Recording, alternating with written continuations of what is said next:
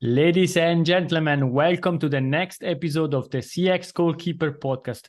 Today, I'm again really thrilled to have a discussion with Susanna Baque from Women in CX. We are going to discuss about transforming insights into action. But as usual, let's start the discussion. Let's start the game in a proper way. Hi, Susanna. How are you? Hi, Greg. I'm fine. Thank you. Thank you very much for joining this podcast and also saving some time from your diary and being here to discuss with me. I'm really thrilled to deep dive in this topic because I think transforming insights into action is really an important topic, and everybody's speaking about artificial intelligence. But before we deep dive in this discussion, we would like to learn more about you. We know that you are a member of Women in CX, and again, thank you very much to Claire Mascoff to creating this opportunity to share the views from Women in CX also on my podcast. Susanna, could you please introduce yourself? Sure. So I'm Susanna. I'm based in Barcelona. Of course, I'm a member of Women in CX since almost the beginning. But I actually have a job. I work for a corporation in the life science industry. And yes, I consider myself an experienced CX leader. And at the same time, I'm very passionate about diversity, equity, and inclusion. And it's because I'm really captivated by the unique qualities of each person, and I really like to understand the individualism of everyone, and also make sure that everyone gets represented and included. So my passion for CX really has deepened my belief in really the active listening to customers, right? And considering their voice, and probably that's why we are here. I mean, in terms of my let's say hobbies, I really love reading. And one of my passions is actually dancing and singing, even I don't do it very often. And also writing. I don't write books or anything like for anyone to read. I just write some of my self-reflections. And then I also love like hiking and enjoying nature outside, and learning things all the time. So yeah, I think that's me in a nutshell. Thank you very much. And you said reflecting, and therefore the usual question: which values drive you in life? I think for me, one of the most important values for me is like transparency and integrity. I think for me that it's super key to kind of that I can trust people, and to also kind of build trust on others. I need to show myself with authenticity, but also with a lot of integrity. And then for me, as I said, I'm very keen in really seeing the diversity of everyone, and trying to include and have people having the sense of belonging. And generosity for me is another value. I enjoy so much by kind of giving and sharing. And if I can make an impact, then even better. But for me, generosity itself brings me a lot of joy. And therefore, we are here because you are sharing your knowledge, your know-how about this important topic that we are going to discuss. And we are really super keen to kick off this discussion. And therefore, let's the game start. Transforming insights into action. Why is this topic so relevant for you? As I said, I mean, I'm an introvert as a person, and in my personal life, I'm a great listener. And I always striving to kind of really move things to action, whatever I learn from someone, and maybe support someone or do something. So it kind of comes naturally from me. But even as a customer, I'm always willing to provide feedback, but I also have that expectation that if I provide feedback, they do something about it, or at least they circle back with me or whatever. So, and that's what I really wanted to instill this as a CX leader in my own company. I can understand that. Perhaps before we really deep dive into this topic, how did you develop really this passion for this topic?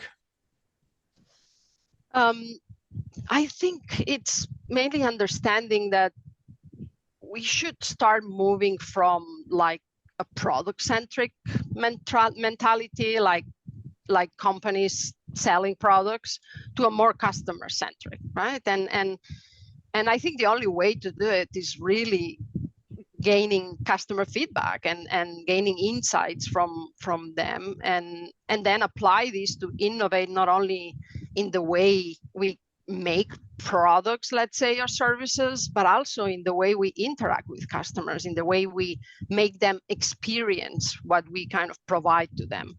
And I think that's mainly where my passion kind of started, saying, okay, products, yeah, I mean, one product, another product, they can be different, but at the end is how someone experiences those products. And the only way to know it is, yeah, actually asking them or gaining insights from what they tell us. As you are saying, as a customer, I try always to answer to these questions, give me feedback, and all this type of surveys, because I want to see what happens next. I am also a customer experience friend, professional, learner, and I want to see what happens. And in the, let's say, really about the last 20 to 30 surveys that I answered to, I never received one feedback. Only on the last one, I got one feedback. Thank you for providing feedback. And I was quite sure that it was individualized to my feedback. It was not a standard thank you reply. And why is for companies so important to leverage these insights? I think it's, as I said, if we want to be customer-centric, that it's really a win-win, right? A win for customers and a win for companies. We need to really leverage those insights in any decision making. And it's not only in creating products, but also in how we serve them, how they want to kind of find information, because otherwise they will switch to another company. I think customers nowadays, and I include myself, we have different expectations. We just don't want to buy something because we need something. And in many occasions, yes, we need some products, some features, but it's the way the journey going through getting that, using it, and experiencing what really makes a difference. So I think it's super important that companies leverage insights from customers. I think we all agree about what you are saying, and I think that's the only way our companies can differentiate themselves from the competitors. You have a specific approach. Could you please share your approach how to do that? Yeah, I think this changed quite recently. I mean, I think every customer experience professional or leader, we all kind of had implemented some voice of the customer program. So where you either transactional surveys or gathering feedback, or when you get complaints, at least in my company and probably many companies, we have different functions that sometimes sit in silos, right? That have pieces of information about customers. It could be this survey-based information, but also can be any transactional data from customers, or even when a new product needs to be launched, other groups do focus groups with customers to understand like the customer needs, but everything was kind of working from silos. So I decided to have a holistic approach, really to break those silos and bring all these insights together and take them into consideration before any decision is made. So that was kind of the aim, or is still the aim, because it's in implementation of that holistic approach. And could you please share perhaps a bit more about this holistic approach? How can we apply it? How does it really work? Yeah, I think it's just being the silo breaker, but creating some standard framework, right? So the idea is we based on a specific business problem or business priority. What I've created is what we name listening teams, this listening teams approach. So key stakeholders, probably from different functions or different parts of the organization, that would be interested in solving a common problem or focusing on a specific priority, and then gathering all the information that can be relevant to that priority. And this information can be in the form of, as I said, survey feedback or survey metrics, but this is just a small part. Can be also kind of insights that are extracted, as you mentioned at the beginning, with some artificial intelligence approaches, mainly natural language processing, that can be extracted from communications with customers to gather the sentiment, but also from some of these focus groups, maybe we have some information that it's relative to that specific problem or priority. And it's bringing them all together and have these teams physically meeting or virtually meeting, where all this holistic set of data, it's not only data, I mean, it's data moving into kind of insights, is shared and then brainstormed. And the most important thing, that is like a move to action after that.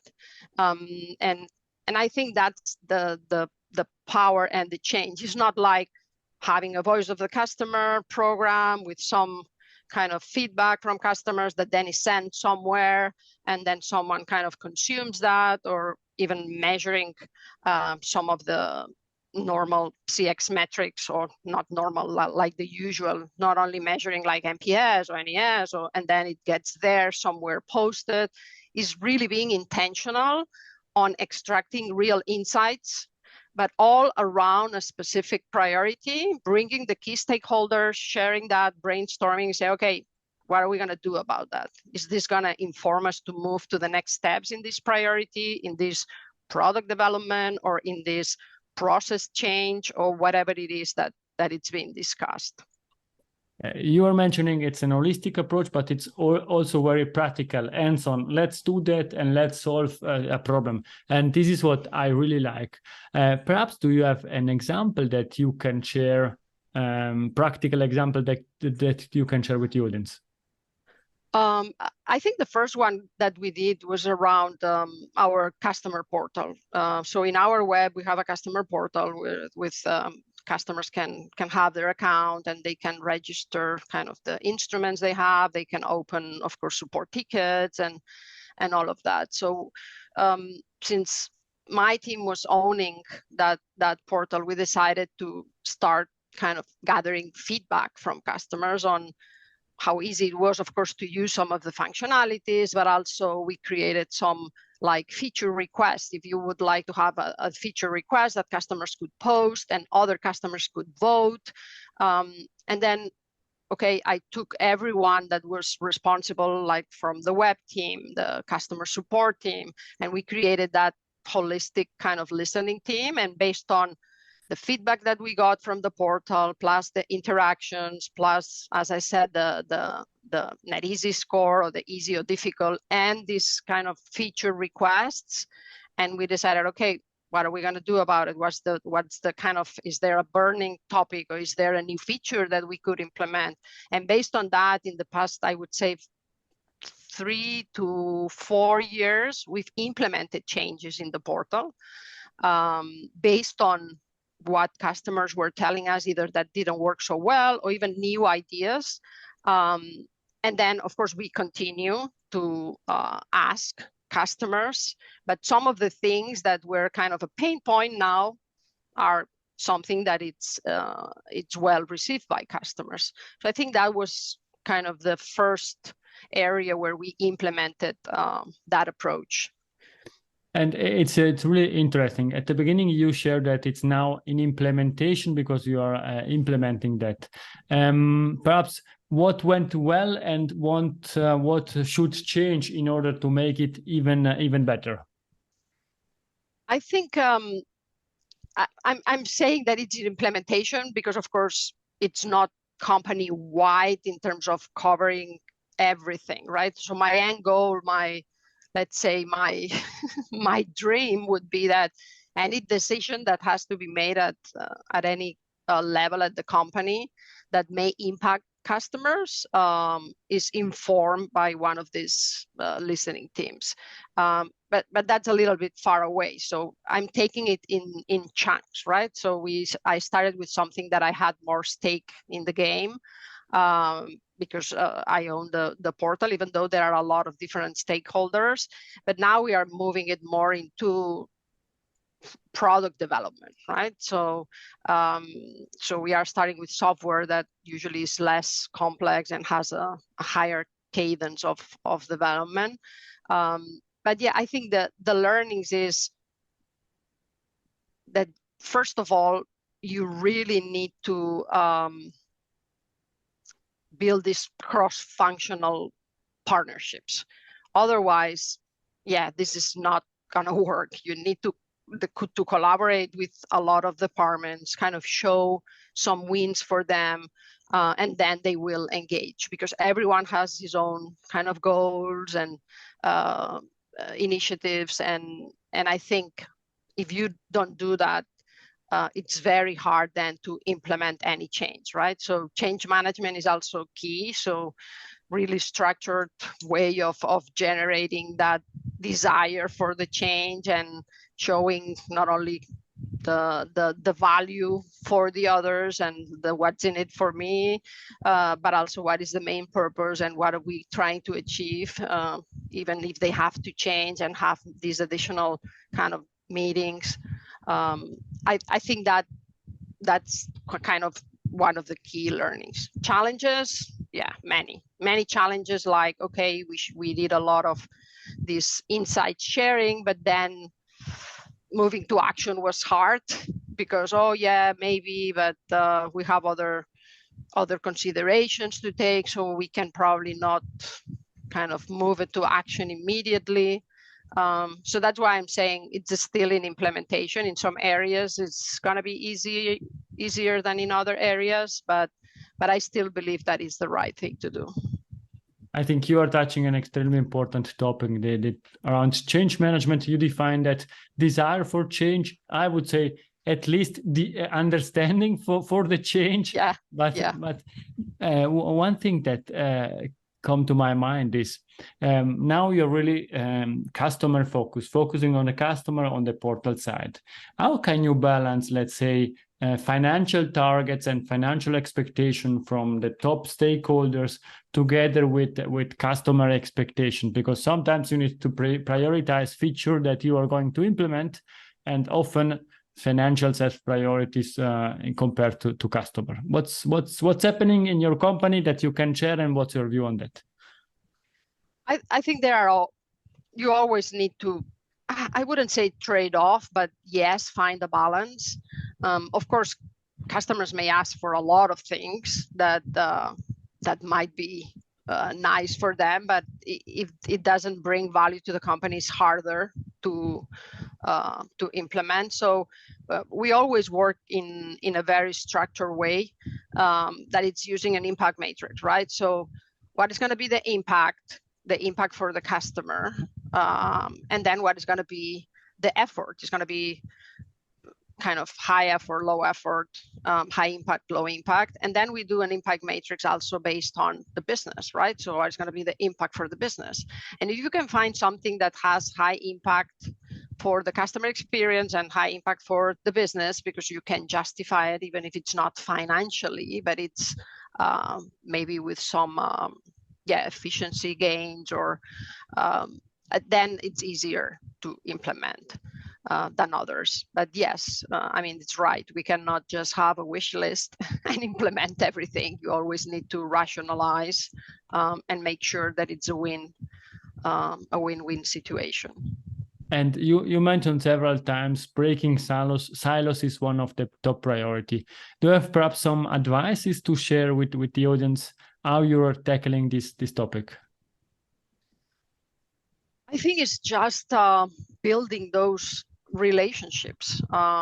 That's what I experienced in my life. at the company and working as a CX leader for the past 10 years. I think you need to build those relationships.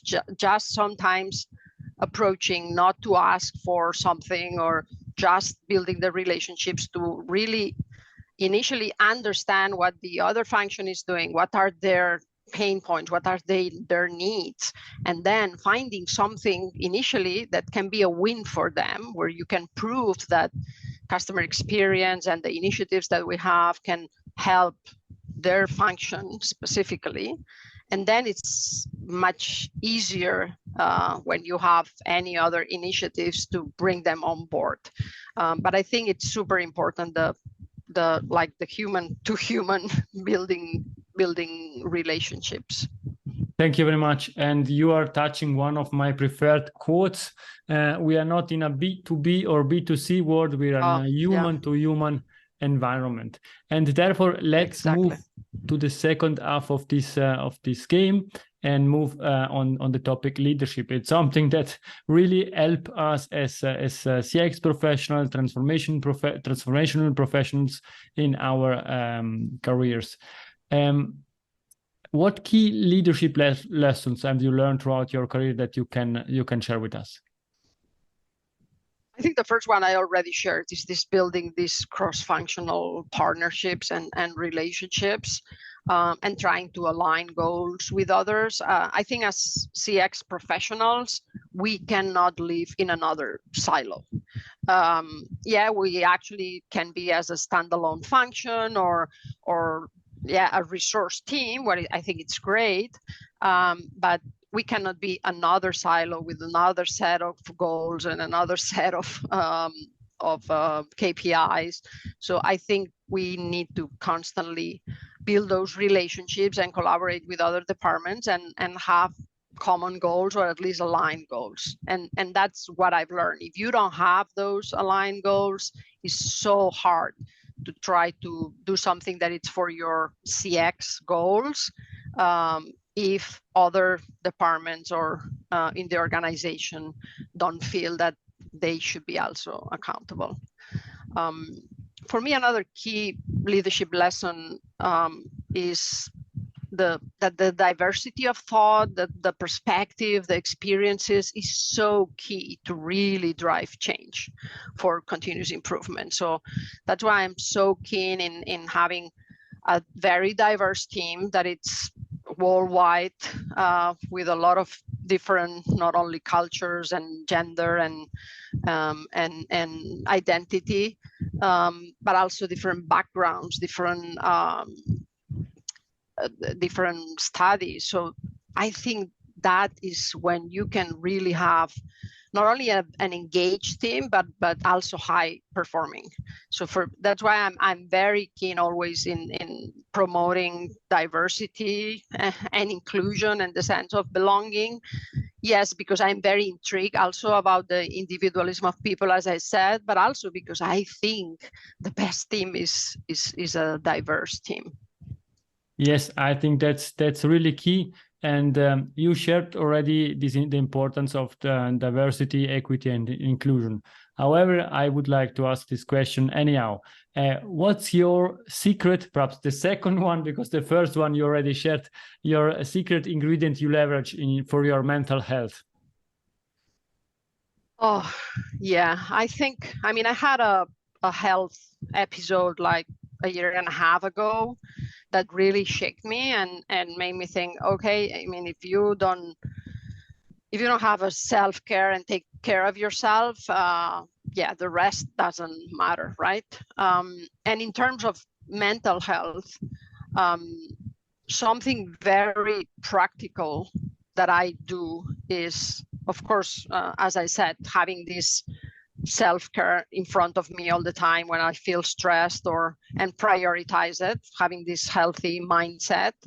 But one thing is really setting realistic expectations. I'm always striving for excellence, and I think it's great that people raise the bar, but setting unrealistic expectations is what really brings me a lot of stress, and I think it's prompt to burnout. So no matter what I do, I try to really set realistic expectations. I aim long term for very high, but setting realistic expectations and being conscious that I need to take care of my mental health, because I think that's, at least for me, what stressed me the most is when I have something that I see that I cannot achieve. So no matter how whatever goal I have, I just try to set it in realistic chunks that can be done. And then the other thing is celebrating these achievements, no matter how small or how big they are, but just keep celebrating. That also gives me a lot of peace of mind, I would say, and also if something it cannot be achieved, I also try to practice this self-compassion, right? Saying, okay, I mean, not always things can work well, but we are go for the next one. Thank you very much, Susanna. I think a lot of people can profit from what you are saying. Our lives, our business lives are quite stressed. We have a lot of stress, a lot of things to do. And what you shared, I hope, and I'm sure that will help also a lot of other people. Now we are coming to the last part of this discussion of this game. It's about the future. In 10 years from now, we are back on the CX Goalkeeper podcast. What we're discussing about? Yeah, I think there is nothing super new, but I think it will continue to be discussed in 10 years. Of course, one thing is around, I think there are two things. Probably one is how we link and integrate much more the employee experience with the customer experience. I know there is a lot of conversation right now, but I haven't seen anything that it's fully integrated. I see a lot of studies that actually prove that engage employees, improve the engagement of customers, but I don't see any holistic approach of, or even someone that is responsible for employee experience and customer experience at the same time and have common programs. I think that should continue because, as you said, the human to human will continue, and we have humans in both areas. And then the other big thing, I think it's going to be around ethics and trust. And I think today, there is now it's a starting for all these artificial intelligence and automation. I mean, before we talked a lot about data privacy and security. I think more now is going to go, and even in 10 years from now, I believe that we'll still be there because, we had a big kind of breakthrough now with generative AI, but I'm sure there are going to be other breakthroughs quickly in the next 10 years. And addressing the biases of the algorithms, or even ensuring transparency or the balance between personalization and privacy. I think all of these will continue to be part of the conversations. Thank you very much for your view on the future. This game is coming to an end, but we still have a few minutes in the extra time. What's the best way to contact you? I have my LinkedIn profile. I think I check on a daily basis quite often, and that probably is the easiest way to contact me. Thank you very much. And now we are coming to the last question. Is Susanna's golden nugget? It's something we discussed or something new to leave to the audience? I would say is embrace a culture of action. We all talk a lot about gathering feedback, the voice of the customer, but for me it's transforming customer insights into action, and it's what brings the value. And then you need to act on this valuable feedback swiftly and decisively, because otherwise, as you said, you mentioned in your own experience, right, that sometimes you provide feedback and you hear nothing, or maybe just too late. But I think, act quickly, and also using those insights to really guide the strategic decisions. Thank you very much, Susanna. It was a great pleasure to have you on the CX Goalkeeper podcast. Please stay with me to the audience. It's everything. I hope that you enjoyed this discussion. Again, thank you very much to Women in CX and to Claire Mascot to make that possible, to share also the experiences from the CX sisters from Women in CX. And we love feedback. Please let us know what you think about this episode. See you for the next episode. Thank you and bye-bye. Bye. If you enjoyed this episode, please share the word of mouth. Subscribe it, share it. Until the next episode, please don't forget, we are not in a B2B or B2C business, we are in a human-to-human environment. Thank you!